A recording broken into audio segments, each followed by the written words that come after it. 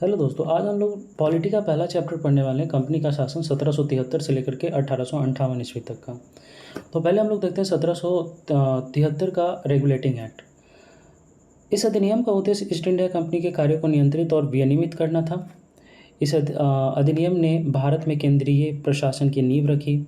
इसने पहली बार कंपनी को राजनीतिक और प्रशासनिक कार्यों को मान्यता दी। बंगाल के गवर्नर का पद नाम बदलकर बंगाल का गवर्नर जनरल कर दिया गया और उसकी सहायता के लिए 4 सदस्यों की एक कार्यकारी परिषद बनाई गई। बंगाल का पहला governor general Lord Warren Hastings था। कलकत्ता में एक सुप्रीम कोर्ट की स्थापना 1774 में की गई, जिसके एक मुख्य न्यायाधीश और 3 अन्य न्यायाधीश थे। यहाँ पे लिखा नहीं है, लेकिन इनके जो मुख्य न्यायाधीश थे एलिजा एम्पे थे और बाकी 3 और थे। इस अधिनियम द्वारा कंपनी के कर्मचारियों को किसी भी प्रकार की निजी व्यापार करने और मूल निवासियों से उपहार और रिश्वत लेने से प्रतिबंध लगा दिया गया था। कोर्ट ऑफ डायरेक्टर्स कंपनी की शासी निकाय के माध्यम से कंपनी पर ब्रिटिश सरकार का नियंत्रण सशक्त हो गया। अब कंपनी के लिए भारत में राजस्व, नागरिक और सैन्य मामलों की जानकारी ब्रिटिश सरकार को देना आवश्यक कर दिया गया था। बंगाल और मद्रास प्रेसिडेंसी के गवर्नरों को बंगाल के गवर्नर जनरल के अधीन कर दिया गया, जबकि पहले तीनों प्रेसिडेंसी एक दूसरे से स्वतंत्र थी। उसके बाद आता है आपका पिट्स इंडिया एक्ट, जो 1784 में आता है। इस अधिनियम ने कंपनी के व्यापारिक और राजनीतिक कार्यों को अलग कर दिया। इसके द्वारा द्वैध शासन प्रणाली की स्थापना हुई। राजनीतिक क्रियाकलापों का प्रबंधन करने, भारत में नागरिक और सैन्य शासन या ब्रिटिश संपत्ति के लगान संबंधी सभी क्रियाकलापों को निगरानी और निर्देशन के लिए एक नया नियंत्रण बोर्ड ऑफ कंट्रोल स्थापित किया गया। व्यापारिक क्रियाकलापों का प्रबंधन करने के लिए विशेष रूप से कोर्ट ऑफ डायरेक्टर था। इस प्रकार कंपनी के व्यापारिक और राजनीतिक कार्यों को अलग कर दिया गया।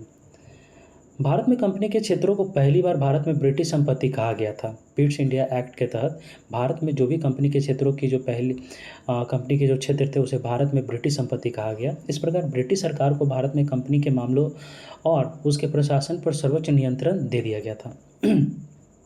फिर हम लोग देखेंगे 1786 का अधिनियम। लॉर्ड कॉर्नवालिस को बंगाल का गवर्नर जनरल और कमांडर इन चीफ नियुक्त किया गया। इस अधिनियम के तहत उसे विशेष मामलों में अपनी परिषद के निर्णय को पलटने की शक्ति दी गई थी। 1793 ईस्वी का चार्टर अधिनियम देखते हैं। लॉर्ड कॉर्नवालिस को उसकी परिषद पर दी गई अधिभावी शक्ति, ओवर रीडिंग पावर, को भविष्य के सभी गवर्नर जनरलों और प्रेसिडेंसियों के गवर्नर तक बढ़ा दिया गया। गवर्नर जनरल को बम्बई और मद्रास की अधीनस्थ प्रेसिडेंसी को सरकार पर अधिक शक्तियां और नियंत्रण दिया गया। भारत में कंपनी के व्यापारिक एकाधिकार को 20 वर्षों के लिए बढ़ा दिया गया। यह प्रावधान किया गया कि कमांडर इन चीफ को गवर्नर जनरल की परिषद का सदस्य तब तक न माना जाए जब तक कि उसे सदस्य के रूप में नियुक्त न किया जाए। उसमें निर्धारित किया गया कि अब से नियंत्रण बोर्ड, जो बोर्ड ऑफ कंट्रोल के सदस्य और उनके कर्मचारियों के वेतन का भुगतान भारतीय राजस्व से किया जाएगा। अब हम लोग देखते हैं 1813 का चार्टर अधिनियम। इस अधिनियम ने भारत में ईस्ट इंडिया कंपनी के व्यापारिक एकाधिकार को खत्म कर दिया था। यानी चीन के साथ व्यापार और चाय के व्यापार में कंपनी के एकाधिकार को छोड़कर भारत के व्यापार करने की छूट सभी ब्रिटिश व्यापारियों को दे दी गई। इसने भारत में कंपनी के क्षेत्रों पर ब्रिटिश क्राउन की संप्रभुता का दावा किया। इस अधिनियम ने भारत में स्थानीय शासन को व्यक्तियों पर कर लगाने और उन्हें भुगतान न करने वाले को दंडित करने का अधिकार दिया गया। कंपनी का शासन अगले 20 वर्ष के लिए बढ़ा दिया गया। नियंत्रण बोर्ड की शक्तियां और बढ़ा दी गई। इस अधिनियम ने उन व्यक्तियों को भारत जाने की अनुमति दे दी जो ईसाई मिशनरियों के नैतिक और धार्मिक सुधारों को बढ़ावा देने के लिए भारत जाना चाहते थे।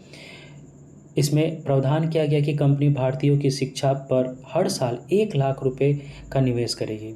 यानी 1813 का चार्टर एक्ट पहला ऐसा एक्ट था जिसमें ये प्रावधान किया गया था कि कंपनी भारतीयों की शिक्षा पर हर साल 1 लाख रुपए निवेश करेगी।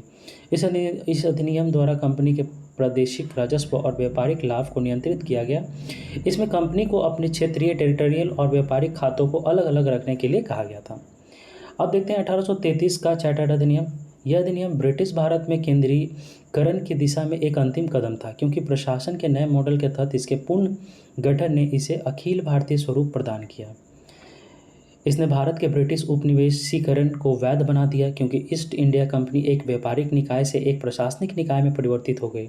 इसके अंतर्गत कंपनी के अधिकार वाले क्षेत्रों को ब्रिटिश राजशाही, उनके उत्तराधिकारियों और वारिसों के विश्वास के अधीन रखा गया।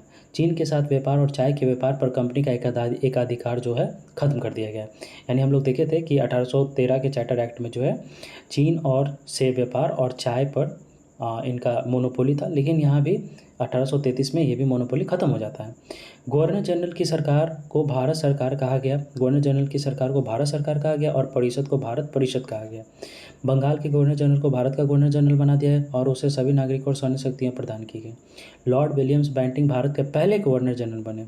भारत के गवर्नर जनरल के पास पूर्ण ब्रिटिश भारत के संबंध के विधायी शक्तियाँ थी। इस प्रकार मुंबई और मद्रास के गवर्नर की विधायी शक्तियाँ समाप्त हो गईं। गवर्नर जनरल की काउंसिल के पास ब्रिटिश भारतीय क्षेत्रों के किसी भी कानून को संशोधित करने, निरस्त करने या बदलने का अधिकार था। इसने सिविल सेवकों के चयन के लिए खुली प्रतियोगिता आयोजन करने का प्रयास किया, हालांकि कोर्ट ऑफ डायरेक्टर्स के विरोध के बाद इसे अस्वीकार कर दिया गया। सभी भारतीय कानूनों को संहिताबद्ध करने के लिए भारतीय विधि आयोग 1834 की स्थापना की गई और प्रथम विधि आयोग के अध्यक्ष लॉर्ड मैकाले थे। अब यहाँ देखिए 1853 का चार्टर अधिनियम देखते हैं। यह अधिनियम वर्ष 1793 से 1853 ईस्वी के दौरान ब्रिटिश संसद द्वारा पारित अनेक चार्टर अधिनियम में अंतिम अधिनियम था। इस अधिनियम में पहली बार गवर्नर जनरल की काउंसिल में विधायी और कार्यकारी कार्यों को अलग कर दिया।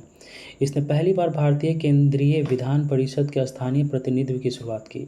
इसने परिषद में 6 नए सदस्यों को शामिल करने का प्रावधान किया, जिन्हें विधान पार्षद लेजिस्लेटिव काउंसिलर्स कहा जाता था। परिषद के सदस्यों की कुल संख्या 12 थी। निदेशक मंडल बोर्ड ऑफ डायरेक्टर्स के सदस्यों की संख्या 24 से घटाकर 18 कर दी गई, जिसमें से 6 लोगों को ब्रिटिश क्राउन द्वारा नामित किया जाना था। परिषद की विधायी शाखा मिनी संसद के रूप में कार्य करती थी, जिसमें ब्रिटिश संसद के समान प्रक्रिया को अपनाया जाता था। सिविल सेवकों के चयन और भर्ती के लिए एक खुली प्रतियोगिता प्रणाली की शुरुआत की गई। संविदा सिविल सेवा भारतीयों के लिए भी खोल दी गई। वर्ष 1854 में भारतीय सिविल सेवा के लिए मैकाले समिति की नियुक्ति की गई। विधि सदस्य चौथा सदस्य को मतदान के अधिकार के साथ पूर्ण सदस्य का दर्जा दिया गया। अब उसके बाद हम लोग क्राउन का शासन अगले वीडियो में पढ़ेंगे, पार्ट 2 में पढ़ेंगे 1858 से लेकर के 1947। धन्यवाद।